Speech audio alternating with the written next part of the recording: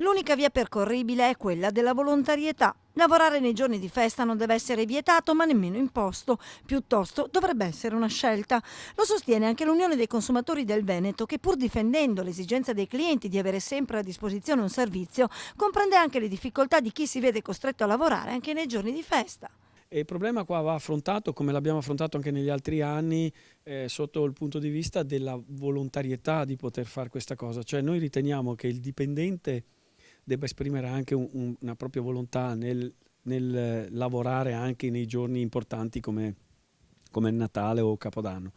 È chiaro che poi i problemi contingenti dell'economia che scende, il problema dell'azienda che deve vendere, ci sono altre questioni legate che non è solamente consumeristica, vanno affrontate. È chiaro che noi come associazione consumatori ben venga se sono aperti anche durante le festività, noi non abbiamo niente da dire.